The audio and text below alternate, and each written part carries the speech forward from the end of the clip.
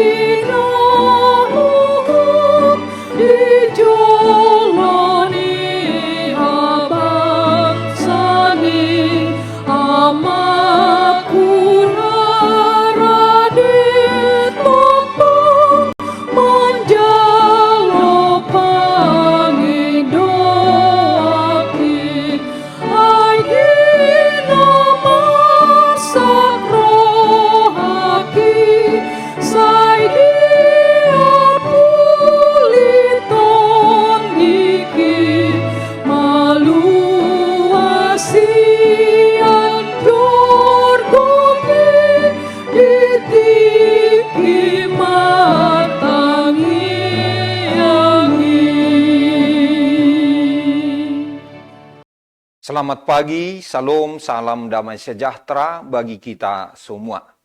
Bapak, Ibu, dan saudara-saudara, kita bersyukur Tuhan menghantar kita memasuki hari yang baru, Sabtu 8 Februari 2025. Sebelum kita memulai aktivitas di hari ini, baiklah kita mendengarkan firman Tuhan.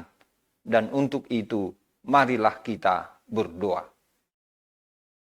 Terima kasih Tuhan atas penyertaan-Mu bagi kami hingga pada hari ini. Sebelum kami memulai kegiatan di hari ini, kami ingin mendengarkan firman-Mu. Berkatilah Tuhan firman-Mu bagi kami. Berkati kami yang mendengarkan firman-Mu. Dan biarlah kami boleh melakukannya dalam kehidupan kami masing-masing. Terima kasih Tuhan. Di dalam nama Tuhan Yesus Kristus kami berdoa. Amin. Ayat harian kita hari ini, Sabtu 8 Februari 2025, diambil dari Markus 1 ayat 35. Pagi-pagi benar, waktu hari masih gelap, ia bangun dan pergi keluar. Ia pergi ke tempat yang terpencil dan berdoa di sana. Demikian firman Tuhan.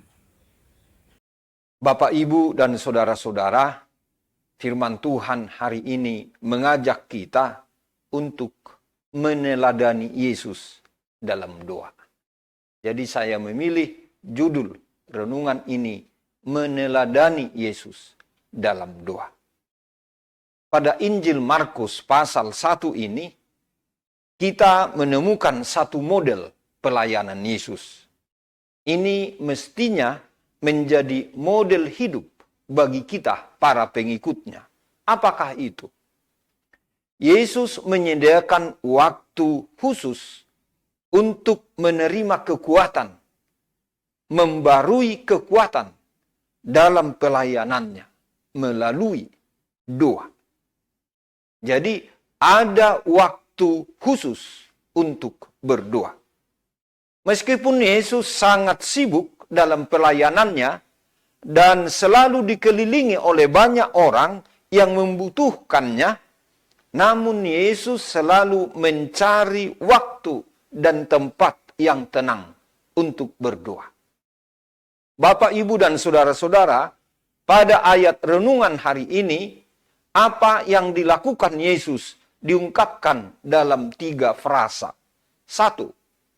Pagi-pagi benar, waktu hari masih gelap.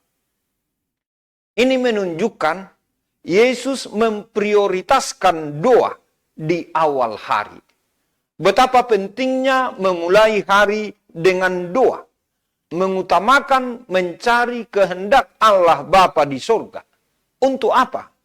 Untuk memperoleh kekuatan rohani sebelum menghadapi tantangan sehari-hari. 2. Ia bangun dan pergi keluar.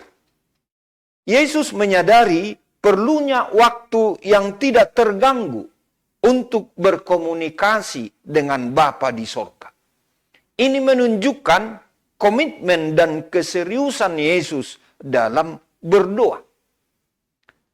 3. Ke tempat yang sunyi dan berdoa di sana. Yesus sengaja memilih tempat yang tenang untuk menghindari gangguan. Tujuannya agar ia bisa fokus sepenuhnya dalam doa. Di sini kita melihat betapa pentingnya bagi Yesus memiliki waktu secara pribadi dengan Allah Bapa dalam suasana yang tenang.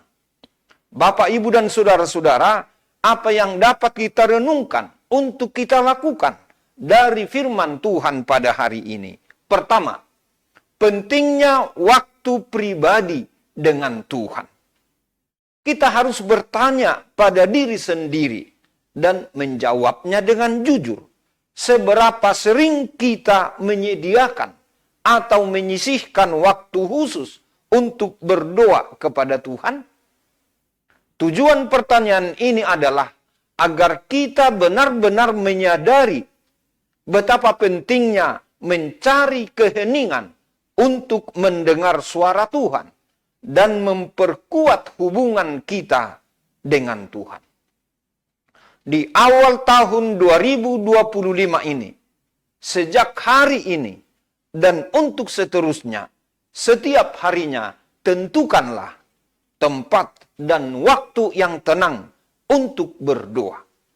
Dalam rumah kita, misalnya di ruang tidur, ruang tengah, ruang kerja, atau kamar khusus untuk berdoa. Tentang waktu, misalnya pukul 5 pagi, pukul 5.30, atau pukul 6 pagi. Sebelum kita memulai kegiatan harian kita. Apa tujuannya? Agar di sana kita dapat fokus untuk Tuhan dan mengalami kehadirannya secara lebih mendalam. Kedua, jadikan doa menjadi prioritas atau yang utama dalam kehidupan ini. Di sini kita harus pastikan bahwa doa menjadi prioritas atau yang utama dalam hidup kita, khususnya di awal hari atau mengawali setiap hari. Memulai hari dengan doa mempersiapkan kita untuk menghadapi tantangan yang ada pada hari itu. Marilah kita membangun kebiasaan doa yang konsisten, terutama di pagi hari. Inilah cara kita untuk memulai hari dengan kekuatan dan bimbingan dari Tuhan. Akhirnya Bapak, Ibu, dan saudara-saudara, yang ketiga, berkomitmen meneladani dan mengikuti Yesus dalam doa. Meneladani komitmen Yesus dalam berdoa meskipun sangat sibuk dengan aktivitas sehari-hari. Artinya, kita harus lebih serius dan konsisten dalam kehidupan doa kita. Mengapa? Karena doa adalah sumber kekuatan dan pencerahan spiritual bagi kita. Amin. Selamat pagi. Salam damai sejahtera. Tuhan Yesus memberkati. Kita berdoa. Terima kasih Tuhan atas firman-Mu yang boleh kami dengarkan pada pagi hari ini. Berkatilah firman-Mu bagi kami semua. Berkati kami yang mendengarkan firman-Mu ya Tuhan. Saat ini kami mengingat saudara-saudara kami, keluarga dan orang-orang yang kami kasihi, yang berada dalam keadaan duka cita. Kiranya mereka beroleh kekuatan dan penghiburan yang dari Tuhan. Kami juga mengingat saudara, keluarga-keluarga, dan orang-orang yang kami kasihi yang dalam keadaan sakit. Dalam menjalani perawatan, atau sedang dalam pemulihan atau penyembuhan. Kiranya mereka Tuhan juga boleh berharap akan pemulihan dan kesembuhan itu. Jika ada di antara mereka pada hari ini atau dalam minggu ini akan menjalani tindakan dari dokter, kiranya itu semua membawa kebaikan, kesehatan, dan pemulihan bagi mereka. Berkati jugalah Tuhan keluarga-keluarga yang setia mendampingi orang-orang yang sakit. Biarlah mereka boleh terus memiliki pengharapan akan pemulihan dari anggota keluarga yang sakit. Tuhan, hari ini kami berserah diri ke dalam tangan-Mu. Biarlah kami boleh melakukan kehendak-Mu, melayani sesama kami, menyampaikan sesuatu seturut dengan kehendak-Mu. Kiranya pelayanan, pekerjaan, atau aktivitas kami akan memuliakan Tuhan. Terima kasih Tuhan. Di dalam nama Tuhan Yesus Kristus, kami berdoa dan mengucap syukur. Amin. Anugerah Tuhan kita Yesus Kristus dan kasih setia dari Allah Bapa dan persekutuan dengan Roh Kudus kiranya menyertai kamu sekalian. Amin.